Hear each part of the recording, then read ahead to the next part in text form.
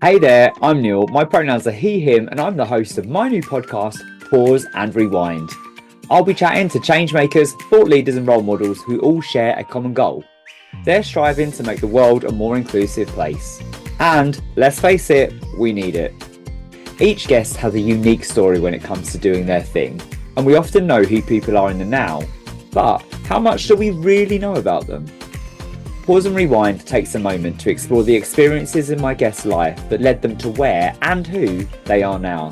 Because everyone loves an origin story. We'll dive into tales, anecdotes, and what makes our guests tick. So, are you ready to pause and rewind?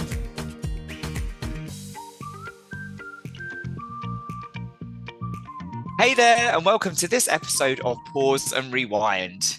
Did you know that this week marks Non-Binary Awareness Week? And so I couldn't think of a better guest to feature on this week's episode of Pause and Rewind than the incredible Marley Conte. Marley is an Italian trans non-binary freelance speaker, writer, and consultant with a passion for diversity, equity, justice, and inclusion, with a particular focus on trans rights. Marley is a non-binary parent of one, and they combine their transition and lived experience with their work. And they're committed to creating resources for trans and non-binary parents because, quite frankly, there's just not enough out there. You can find Marley on Instagram, and I love their handle, the non-binary parent. And in this episode, we dive into parenting, and Marley gives some strong lessons in parenting from their own experience with their child. And I loved hearing about that, but also hearing about Marley's origin story as well. And we cover what it was like for Marley growing up in Italy and their relationship with Italy and their background right now, and some of the current issues around England, London, and Italy when it comes to anti-LGBTQ rhetoric. We also explore feelings of displacement and not growing up feeling the way that we should. And so I just want to encourage everyone to take care of themselves while listening, just in case any of the topics that we covered today might be triggering. But this episode is packed with a lot of joy and love. Please enjoy it and let me know what you think. Cheers.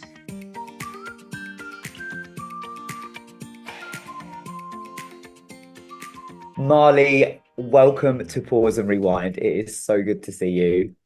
It's so good to see you. It's always nice. Thank you for having me. Oh, it's absolute pleasure. We only met recently, but I have been following your work for quite some time. I absolutely love what you put out there. To start with, can you share with everyone what does the world look like for Marley Conte right now? Right, my world. Well, I'm a parent of one, so there is a lot of childcare and running around an 8-year-old at the moment, which is always fun. Work-wise, I am really deep into diversity and inclusion, so I'm doing a lot of work, especially with corporate organizations on trans rights mostly, and how to help trans people in the workplace. I'm still dabbling with travel, which I love. It was my first diversity and inclusion gig, and I still love it. We're not traveling as much as before pandemic, but when I can, I still go on to that. You do balance a lot. And I just want to lean in a little bit to your Instagram handle actually, which is the non-binary parent. How much of your experience of being a trans non-binary parent informs your work and brings everything that it does to your life? Quite a lot. I was already a parent when I came out, so there was that moment of, okay, how do we have this conversation with our child who was 4 at the time? I have a very supportive partner, and he was behind me straight away. It was like, yes, there's nothing new here on what you're telling me. We kind of knew, you just had to come around it. So let's reframe our family. And by reframing our family, that ended up reframing my work because, the two are so linked and interconnected.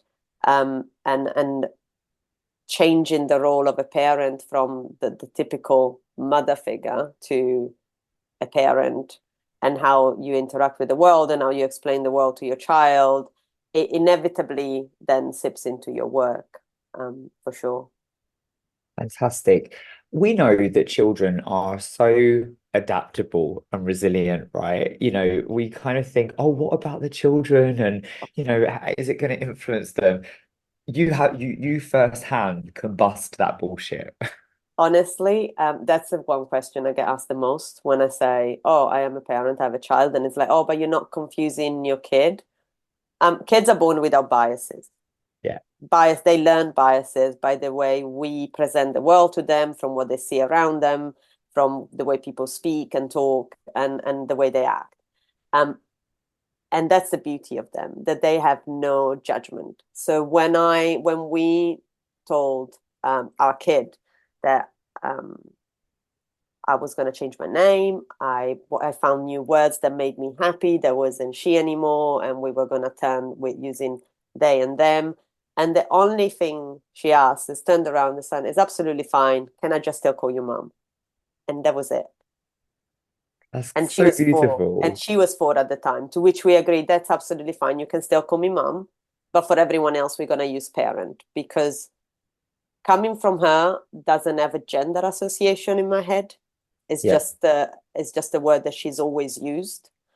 But I know adults associated with a specific gender. So when we talk with other people, then is parent, and for her, it is mom. And it's the way, that's the only thing that's changed, really. But she's my biggest ally. She would correct anyone that gets my pronouns wrong. She always turns around and goes like, "Oh, my mum is a they."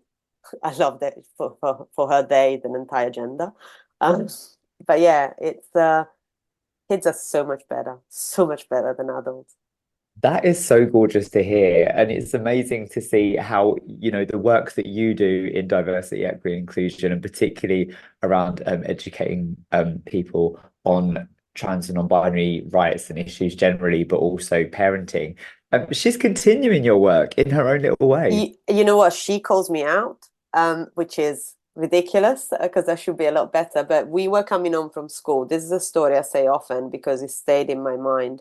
And it's a really narrow lane. So I pulled in with the car to let another car go by.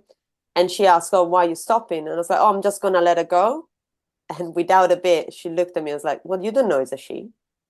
And I was like, "Yep, Okay. okay, yep, thank you." Got told there. So yeah, she's just the kids are so much better, so much easier, honestly. They really are. They really are. There's just, like you said, there's no biases. There's just pure Yeah, acceptance and love. yeah. Which Which is is why I think you have to be careful of what information you give them, in a sense of diversify your libraries, your content, the books, the cartoon, the games they play, because that gives them information on the outside. You know, if you only feed them one story, that's what they think is going to be normal. Whilst if you give them rainbows of story and families and colors and everything else, then they know that, oh, everything is good. absolutely. And this is not, what you're sharing now is not just for LGBTQ parents and families. This is for all families. Why is it Yeah, so important for all families to embrace that mindset? because then you don't push your own biases onto kids, and you bring them up to be incredible allies for anyone who is a minority of any kind. You know, if they know that there are families of different shapes, or people of different colors, or religion or culture, then they just know that they're part of a bigger picture, instead of this is better because it looks like this. Yeah. So Absolutely. yeah. Yeah, absolutely. And I wish I'd known that as a kid. I'm sure you wish you'd known that as a kid. I'm from whiter than white Essex. I'm from And Italy. I mean, right, exactly. it's Yeah. like, So this would have it just in terms of my own acceptance of myself and other people, it just would have been a game changer. yeah, for sure, for sure. And the beauty of now is there is so much diverse content out there if you bother looking for it. You know, we have I love books because I think they're great way to start a conversation. So sometimes if I think there is something going on in the world that she might hear about at school or in the news, I always try to find a book that is relatable, and that gives us a start on the conversation. So if you look, there are books on, race, refugees, war, family, different makeup of family. You can find something that makes the conversation easier, and gives you the language, the appropriate language for the age of the kids you're talking to. I love that. These are amazing tips, and not just for parents, actually. When it comes to children's books, there's so much we can learn from So much, children's so books. much. Yeah. Marley, I'm so grateful to hear about your story of parenting, but I'm really excited about diving into your origin story. Are you ready to pause and Yes. rewind? Let's go. Well, hey, here we go.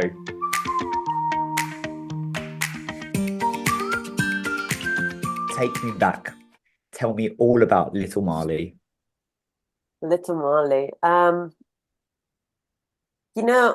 look back and I think my first memories are probably primary school. If I have to, as far as I can go back. And I mean, how did I not know? I have no idea.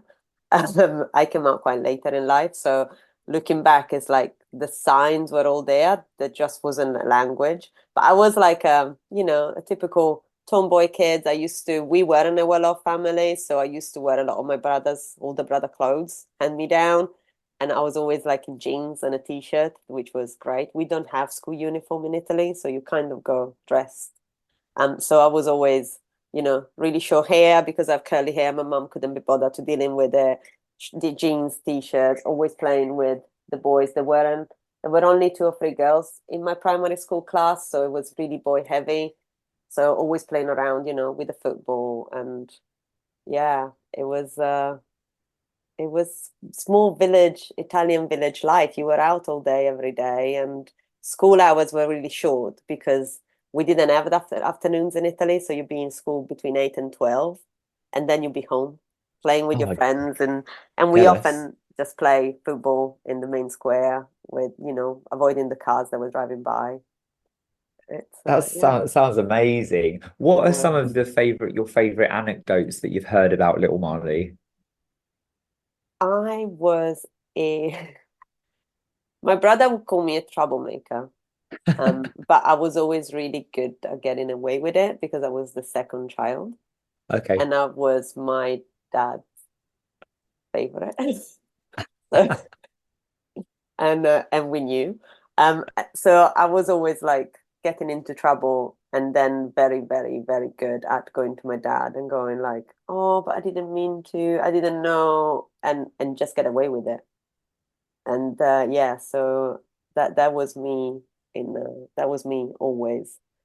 So even now, it's like, oh, from my brother, it was always like, oh, you always get away with everything. I had to always do the hard work. And so it's not my fault. I was just better at dealing with your dad. I was the better and I was the favorite. Do you With still my see dad, for sure. do you still see signs of little Marley the troublemaker coming through now? No, I think high school really put me into my place. Like, Okay. yeah, I I wish I was still now, because I think there was a kind of freedom to it of not overthinking things, just go for it.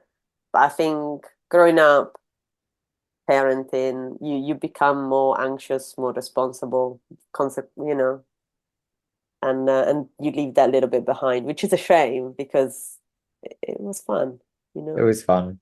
Do you see signs of little Marley in your child? Yes, she is me 2.0. And Ah, yeah, and it's like it's karma. It's totally karma. And ah. the teenage years are scaring the bejesus out of me because I'm like, oh, we got that to come. But yeah, she is cheeky, and you can see that little glint in her eyes, like, oh, I'm gonna do this, and then I'm just gonna smile at you, and you're gonna say yes, okay, it's fine. And she does that with her dad constantly, constantly. I love the fact that that you see that as karma. It's brilliant. It Um, is, it is. as you start to get a bit older, do you remember what you thought about the world around you in terms of kind of discovering your sense of self and Yeah. place in the world? Um, there was a sense of displacement in a way, that weird feeling that you get in the pit of your stomach of like, I don't quite fit in, but I didn't know why. I didn't have a language, especially in a country like Italy where you it's a very gendered language. There is no Mm. escaping gender in Italian, and it's a very conservative, very Catholic country. So you have certain expectations that are put onto genders as the way you grow up, the way you act, what you're supposed to do. And I knew I wasn't fitting in with either of them, but I didn't know why. There was no one, no representation that could go, oh, that's why I fit into that, or no language that I could use. So there was a lot of years of not of struggle mentally because I couldn't understand what was going on and why I felt so different. And I just thought I left to, okay, buckle down, do what everyone expects of you, and you'll come out of the other way because that's what's normal. Yeah. Were you able to have any, I know you said you came out later in life, were you able to have any conversations with anyone, or was it literally just in your head? No, no, it's just in my head. To this day, in when I go home in my hometown, I'm the only queer person, which is impossible. Yeah. Statistically, is Yeah. impossible. But I am the only openly queer person there that I know of. And it's still quite sad because it's, I am now gonna turn 40 this year, so surely things have to get better over there. I But was yeah, going to ask how do you feel about, obviously sense of displacement at a young age and stuff. And I know I think we've had a previous conversation. We've spoken about Italy. I think it was on a call recently. How do you feel about Italy? Obviously, kind of like your home country, but it still has such a long way to go. We've seen some pretty horrendous stuff yes, recently with Italy and its treatment of same-sex lesbian parents. yeah. How do you feel about Italy now? I it's a conflicted feeling Mm, because I love Italy. It's a country that I think if it was run by decent people would be amazing because you have everything. You have culture, history, the mm, weather, the food. It's the landscape. It's spectacular, and it beautiful. would be. It's one of my favorite places to go. We spend the summer 4 weeks in August. I spend it there because why would I go anywhere else? But I think is still stuck in the 1940s. Yeah, It's very, very behind. And unfortunately, you have that power struggle between state and church as well that kind of takes over the running of the country. And therefore, the policies are very difficult to pass. It's makes it a lot harder having a very right wing government and the Vatican still in the same state country, not same state, but the same country. So I think it's going to take a long, long time. There are changes, small changes, but it's down to the individual people. It's the younger generations, they're really pushing for it. And you can see that there are glimmers of hope, especially in the bigger cities. But I think Italy is way, way behind, especially when people think, oh, but it's a Western country, yeah. and it isn't. Is really, really behind. So it always feels at time unsafe going home. And then there is that love of, oh, but it's my home, is where I come Yeah. from. So it's conflicting, I can conflicting. imagine. You can imagine. And you mentioned about the young people pushing for change, and again, we Yeah, need our young people. They're going to be the ones to change things. People like your daughter are going to be the ones to change yes, things. hopefully. Do you teach your daughter about kind of Italian culture and Yes. your Well, upbringing? yes. She has to because like my family is all in Italy. So Okay. they only speak Italian and they all live there. So she's bilingual. And she needs to have an idea of how different things are also for the terms of safety when we go Mhm. back. Yeah. Because it's not the same as London. No. So there are things that I would do here and things that I wouldn't do there. For example, I had top surgery, but I still haven't been um, shirtless on a beach because I don't think I have that level of safety in Italy, Yeah. and I have the kid with me, so I don't want to risk it. Yeah. Whilst here, if we're in our garden and we're, and it's hot and I'm sunbathing, the shirt is off. So it's different behavior that she needs to be aware of why. Yeah. So yes, we do discuss that not all countries are at the same level of progress. Yeah. It's Yeah. good for her to know. And she, with the way you're raising her to be so aware, and for her to be able to continue in that awareness and allyship for other people. Yeah. Can And I we jump in? think, Oh, yeah, sorry. go ahead. No, No, go no, ahead. after you. And I also think we don't give kids enough credit. They do understand complex concepts if they're explained Yeah. in the language that they can grasp. Absolutely. So yeah. Absolutely. And some adults need that as well. Yes. Um, I just want to focus on your teenage years. Obviously, for Yes. many of us, for LGBTQ people, these are quite formative times. We see Mhm. changes in our bodies, many that we're not comfortable with, and I'm sure that that's something that when you talk about Mhm. displacement, we experience our first heartbreak and many of those realizations. What did that look and feel like to you? High school was not my favorite place. I was in a mixed school, but because in Italy, high school you major into something. So mine was a very let's call it girl-led school because it was foreign languages and modern arts, so very creative.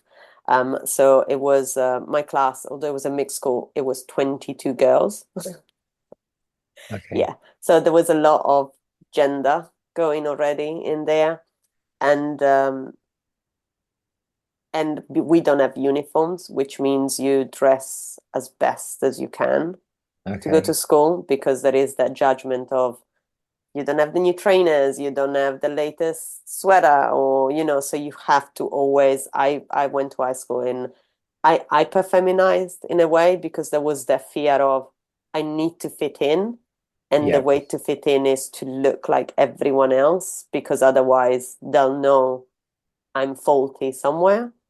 So high school was like full makeup and dresses and skirts and Right. heels and to some extent even too early because there is that push of you need to look good all the time and you need to Yeah. look in fashion all the time. And I had that added fear of I need to look like everyone else because I don't feel like everyone else. But if I push myself for it, eventually we'll stick in. So high school was really hard.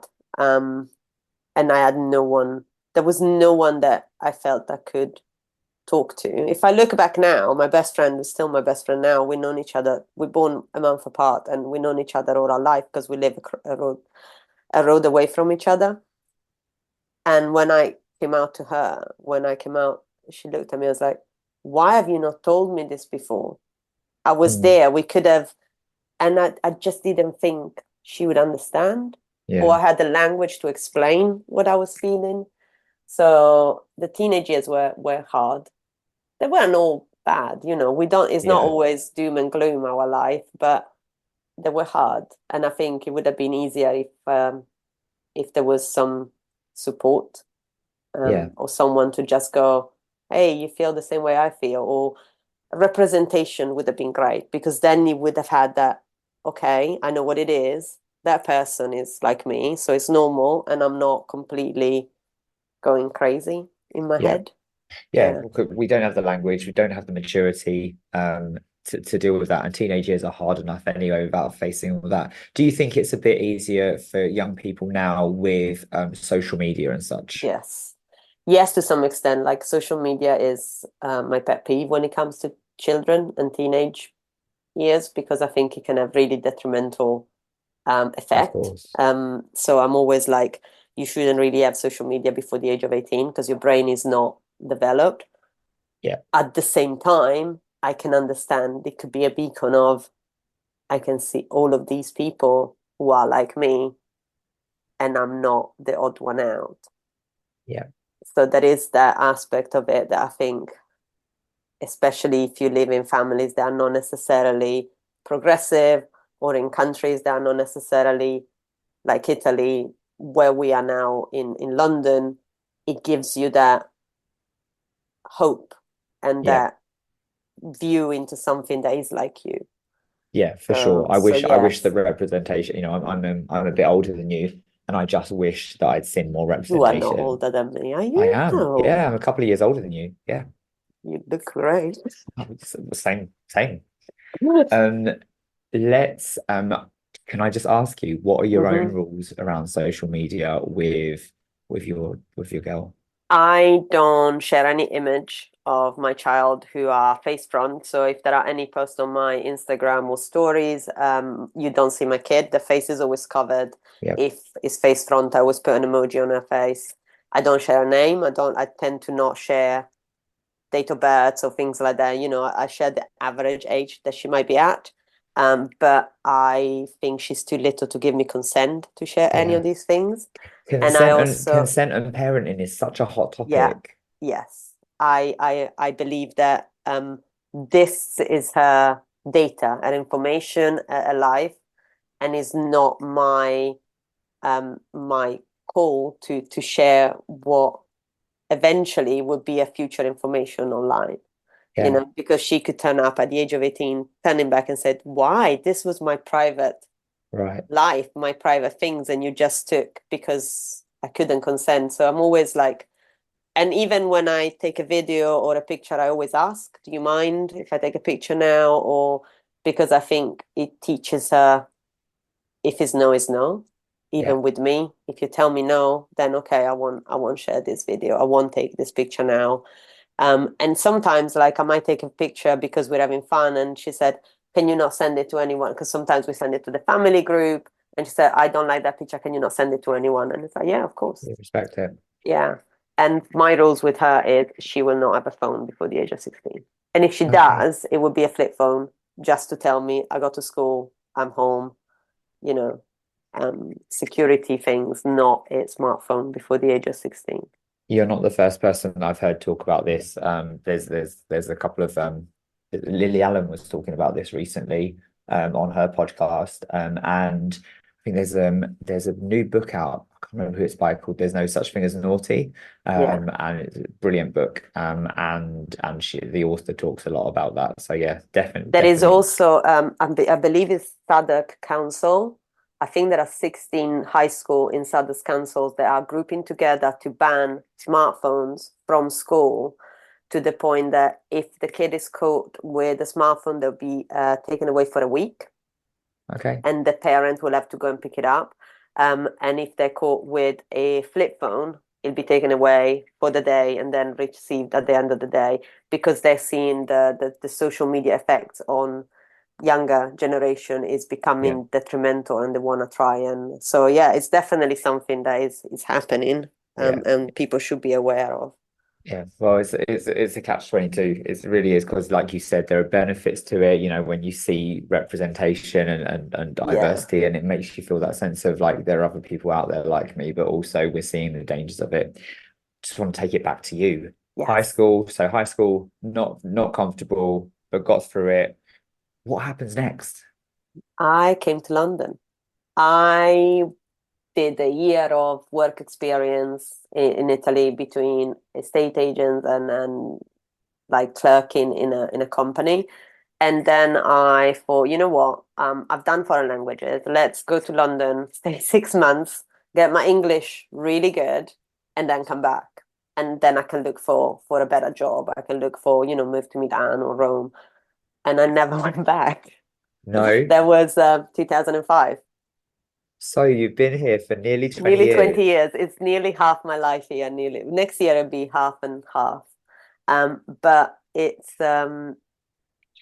London was great. London was, especially London in the early 2000s, when it was Oh, very liberal. It was wasn't it very progressive. amazing? I loved London. I lived London, and I still was very, internalizing a lot of homophobia and transphobia in my head. I'm bi and grade ace, but I thought, even if I was here, I'm 1,500 miles away from home. All my queer relationship I had back then were hidden, just in case somebody might hear someone back home. Right. Um, but London was great. London did me a lot of good, because Amazing. it brought me out from that sphere of, this is how it is, this is how things are, this is how things work, to, oh my God, look at all these people and look at all these places and the freedom that they have. Yeah, Yeah. I definitely felt that when I first came to London. I came to university in central London in the early noughties, and I absolutely loved it. Yeah. And when you say it's liberal, it felt so much more liberal back then. Yes. The queer scene felt very queer. It didn't feel just like it was built for white gay men. It felt very, Mm-hmm. very queer. You had beautiful places like Trash Palace and Ghetto and all Yeah. those absolute havens. Indeed, honestly, from a queer perspective, it was so much more liberal. Yes. From an immigrant perspective, I never felt foreign in London. Okay. Yes. Yeah. Back then was great. After Yeah. Brexit, slight change. But Oh, back then, it felt, yeah, everyone can be here. Everyone belongs here. yeah, we're definitely still feeling the curse of 2016. Yeah, that definitely. the year that it all went to shit. Yeah. Um, Marley, can I ask when did you find your voice in inclusion? When I came out, it was during the pandemic. The pandemic for me, I know it was crap for a lot of reasons, but it was really what allowed me to come out, because I was in a safe space. I was within our four walls. I could start experimenting with clothes, with pronouns, with name, without the pressure of the outside society. So that's when everything kind of unraveled after a few years of struggle and up and down. The pandemic really was like, okay, this is what it is, and Okay. we're now gonna tackle it. And it's been, and then I started going through, there was a lot of queer Zoom activity during the pandemic, and you start meeting people and you start hearing different stories. And I was already in travel at the time, working on inclusion for families and how to make travel inclusive for small children and babies and all of that. And then I was like, why don't I look into queer travel? And that's how it started. And then it's from queer travel, it went into trans work, trans people in the workplace, and it's just spiraled out from my coming out and seeing and hearing everyone's story of, and this happened, and I'm not happy here, and I don't feel safe, and I prefer working at home online, because at home I have my own gender expression and I don't have to change it to go into work. And so it just spiraled from there. And what were the first steps, do you remember, in terms of professionally making that shift? Was it just throwing yourself into writing, or? Writing helped. Writing helped a lot. I was already writing on travel, and then I started reaching out to publication like Queer AF. Yeah. To Wonderful Jamie. I love Jamie, and on writing more about trans issues and queer issues. And then from there, I started reaching out to organization and say, look, I see you have this program. I think I could be a great fit. Why don't we do a speaking session on this? And it spiraled from there. And my parenting, I think I'm a real big advocate for creating resources for parents who are trans and non-binary. You always find a lot of resources for the kids, Yeah. or the parents who have kids who are trans and non-binary, but not so much for the adults, on how to have conversation with your kids on coming out, transition, surgery, pronouns. So I do a lot of that as well. That's how I came across your work, to be fair, on LinkedIn, and now get to work with you. But yeah, you're right, those resources are vital for people in terms of awareness and education, and also for organizations and just general people to be seeing the work that you're putting out there, and to, again, we talk a lot about bringing people along on the journey. Yeah. I'm always careful of, I don't like calling out people, because I don't think it's productive to shout at someone that they've done something wrong. Mm-hmm. So I'd rather call them in and do like, oh, you said that, but have you thought about this? Look at these resources, and trying to get them in to understand the other point of view instead of you've done something wrong, you can never be forgiven, and that's it, and shame them into acceptance. Yeah. Calling out versus calling in is a hot Hmm. debate right now. And I have to say, I've learned my lessons when it comes to between the two. I do think there's a point where you No, don't have to put up with there people's is a point. shit. There is always a Yeah. point where it's like, And listen, that's absolutely shit, and yeah, But yeah, it's a, I it's a think. But it's I a hot. also think sometimes I always think is like when people ask me, "Oh, what did your family think?" Because of I was already married, we already had a kid, and it's like transition is not a one person journey. So I transitioned, but my family had to transition with me. Of course. And the coming Um, outside of it as well. yeah, so I think we need to give them time. It's not often an immediate, yes, absolutely, let's go. It does take time, and sometimes shouting and calling out is not the way to approach it. No, So I do agree. You can where people are willing to be yeah, educated, exactly. you But can bring them there along. are like you said, there are situations where it's like, no, I can only bash out at you because what you said, it's terrible, Yeah. you know. Yeah. Absolutely. It's so interesting that the pandemic was your moment that brought you into inclusion because Mm. it definitely was mine as well in terms of having the space to reflect and such. This is a great segue into my next question was talk to me about some of the lessons that you've learned along the way and also maybe some of the people that have shaped you the most along the way.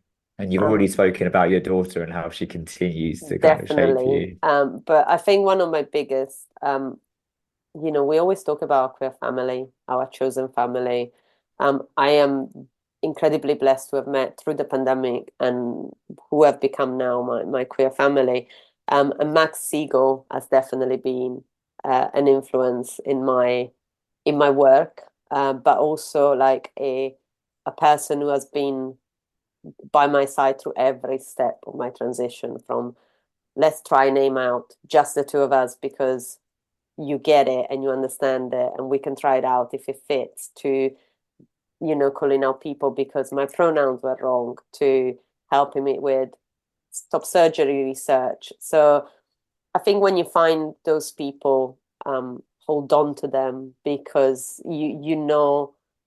regardless of how much like your partner is supportive and understanding and loving, there is only so much they can understand of your story as a trans person.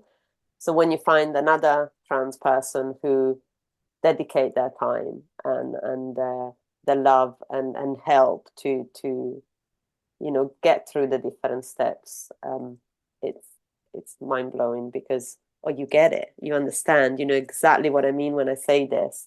So I think Max was definitely and he still is a person that I call on it. What do you think about this? Or have you seen the latest report? Or have you done a talk on this? Can we share ideas? It's definitely one of the people I call often. Amazing.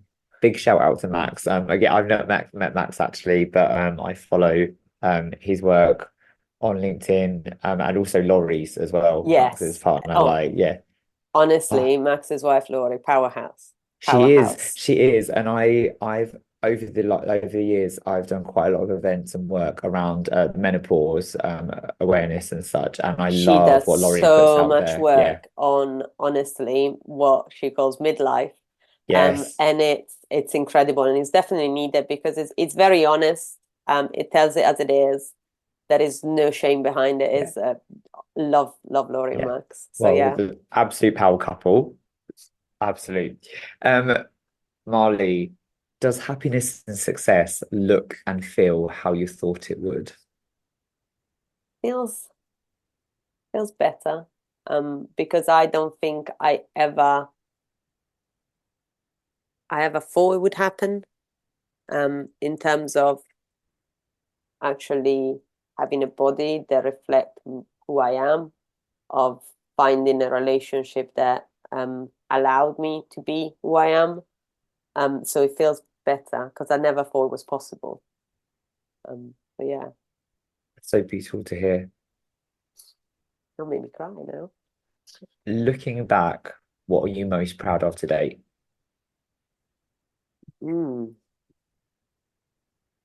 Raising a kid who knows that they won't have to come out if they're queer, because that it be acceptance regardless, we live in a house where she knows she is loved and accepted for exactly who she is, and doesn't have to fear that moment of, oh, they're going to reject this because we never heard the word, or we never spoke about it, or we never said we are happy regardless of who you are.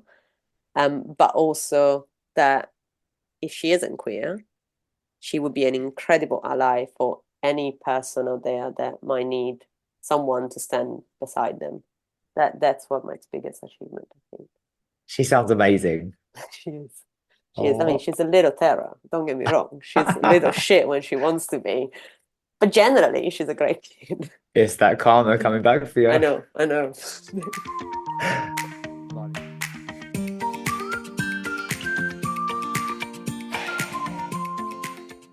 A society that's been taught half a history is destined to do harm. A lot of people had not met another trans person before they came to Leeds in March 1974. Huge deal for them. The award-winning Queer AF podcast is back with the history lesson you never had. The first person who performs this instrument is a trans person. Plus, a live event special with the cast of Sex Education. When you're a queer person, you get asked so many questions. I'm just out here vibing, trying to pay me council tax. Listen to inspiring LGBTQIA+ stories with a new episode of the Queer AF podcast every Monday this Pride season. I want to get our stories told, and this is a good start.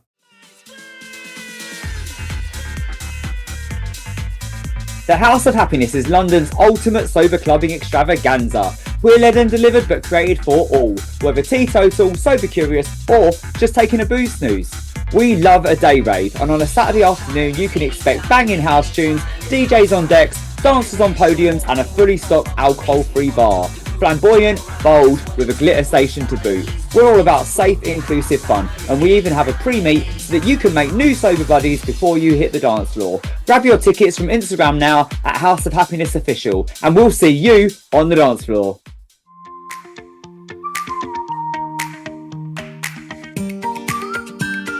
Marley, are you ready for some quick fire questions? Go. What book, album, or movie has had a lasting impact on you?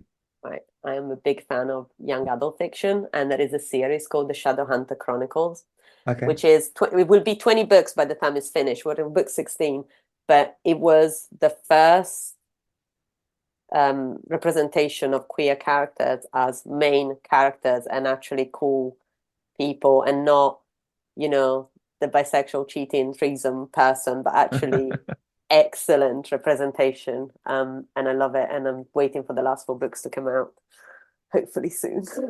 Oh, it sounds cool. I've never heard of it before. It's intense. It's a lot of books, and they're really big, so it'll take you a while, but I've been with it since 2004, 2005. Okay. And it's so yeah. Do you think, representation has been problematic in the past, even quite recently, actually, on Sex Education with the asexual storyline? Yes. Do you think on the whole it's getting better? I think it's getting better. What I wish is our representation, especially when it comes to trans lives, is doom and gloom, horrible stories, no hope. Yeah. Whilst there are a lot of us have happy lives, successful lives, and I wish we could have some joyful representation of, look, we do get old, we do have happy lives, there is hope for you, especially for trans youth right now who are going through a lot, seeing some positive older representation of what your life could look like, instead of the doom and gloom of the media and the anti-trans rhetoric. Would be, that's what I wish for. I always talk about, when I talk about allyship, and I gave a talk about white allyship the other day, and within queer allyship as well, I always talk about the need to look past the headline stats, the challenges and barriers, because there's so much joy to be seen and celebrated.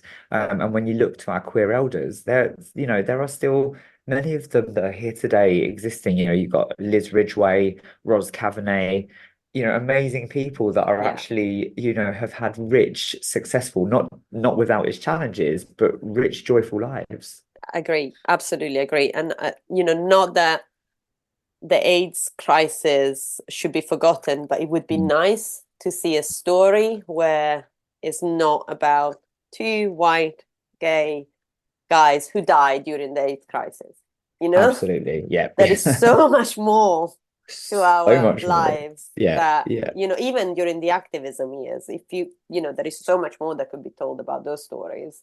Yeah. So I'm yeah, here. but I'm here with I you. joy Yeah. for representation is what I wish we would have. Yeah. Absolutely. And representation of the whole community. Yes. There's a lot of letters that fall under this Yes. big colourful umbrella. Like let's Yeah. shine a light on all of them. And I am allowed to say that as a white gay man, You are. Please do. We need more of you. What's the saying you live by and one that you'd put in the bin? I think my favorite saying is, you don't have to know me to respect me.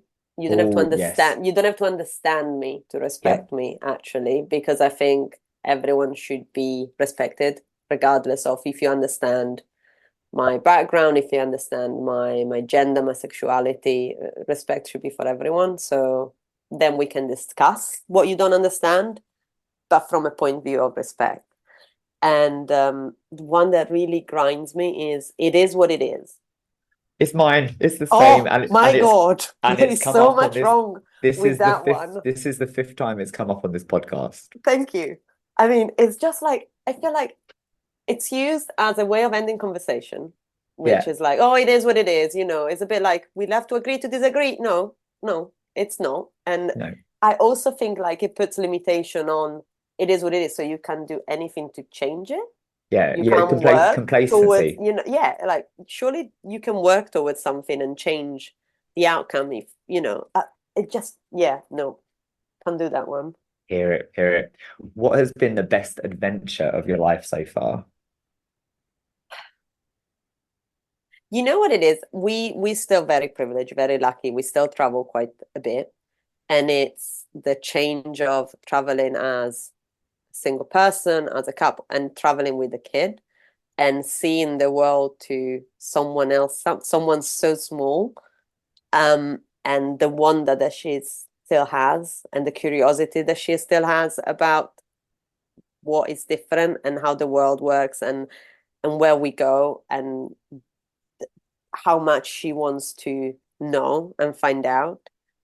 So yeah, every trip we take with A, it's an adventure. It's my favorite because it's our time together, but also it's like, you still make me want to know more and do more because of your excitement about this. It's amazing. It's amazing that you'll share that journey of wonder when it comes to travel together. Yeah. What 3 words would you use to describe you and your origin story? Work in progress. Work in progress. Yes, I think I'm not finished yet. I think I've started, and I am getting where I eventually want to be. But I still think there is a lot of work that needs to be done within myself and outside of myself. Thank you so much for sharing. Thank you. Thank you. Are you happy to fast forward a little bit? Let's go. Well, what exciting things do you have coming up? It's my 40th this year. Oh, hey. So, and I always say trans people only get younger. We don't age. The moment we come out, we start reversing to our younger selves.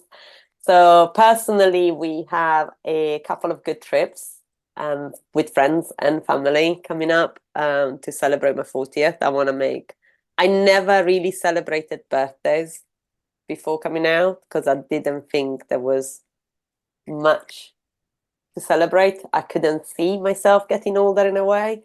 But now it's like, I'm going to make the most of it. So we're going to Mexico later in the year. And I'm excited because it's one of the countries that we haven't been yet. And work-wise, I have some really good work coming up with some corporations who are really investing their time into D&I. And I think this year has been a really good big switch on D&I because the workload has decreased in a way because of all the anti-rhetoric that is going on around the world. The work that has remained and is keep coming forward, you can see is actually from corporations that really want to put in the effort and make changes. So I'm excited about this, really excited about this. I mean, that's great to hear. You know, as someone working in D&I, we do see there are some challenges, and particularly when it comes to funding and such, Yeah. and people investing in it. But that's brilliant to hear. I rather go, you know what we always say, quality over quantity at this point. I'd rather work a little less and with less people, but knowing that the people we're working with are actually putting them, their worth behind it. Absolutely, and less of a tick box exercise and Yes. definitely more meaning. Yeah. Marley, what brings you joy? I think finally be able to be me. As I said before, I don't think when I look back, especially in my younger years, when they ask you the question, who do you want to be when you grow up? Yeah. I couldn't see myself growing up. I couldn't see if there was going to be something. So I think finally be able to be out and proud and have a language that can describe myself and have a body that finally I look in the mirror and it's like, that's it, that's me. And that brings me joy. Being me brings me joy. I love that. Thank you so much for sharing that. That's wonderful. Um, Jumping back to inclusion, what takeaways do you have for anyone listening wanting to carve out a career in inclusion? I think it's hard because Yeah. especially if you freelance, you really have to grind to find, to begin with, collaborate with other diversity and inclusion freelance or consultants. That's how I started. Max and I used to work together a lot to find people, to find cooperation, to find organization that we could speak with. So I think find someone that you can collaborate and learn from as well. It's a good step, but also don't forget why you do it. I know we all need the money because we need a paycheck, but there is no point saying yes to everything if it devalues your work. Oh, mic drop moment. I always think we do it for a reason. We do it to improve minorities' lives in a workplace, in travel, in life in general. And to do that, we have to be true to it ourselves. So yeah, don't devalue your work. Thank you. My final question for you. I've loved this conversation, but do you have any words of wisdom or encouragement for anyone out there to help them get to wherever they are going? Find someone to talk to.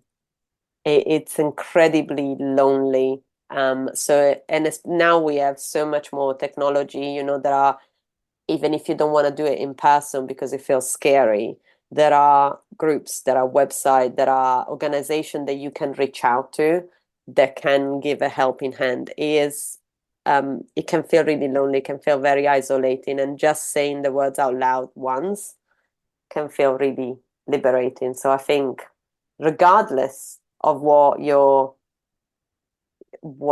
keeping in is, it could be your mental health, queerness, whatever it is, find someone to share with at least once, and then it can help you find your way, I think. Marley, your story, the work that you do, and the way that you share is going to help so many people, and I've no doubt that it has done and will continue to do so. Thank you so much for being a guest on Pause and Rewind. Thank you so much for having me. It's been a real pleasure. And we need to get a karaoke night in at some Yes. point.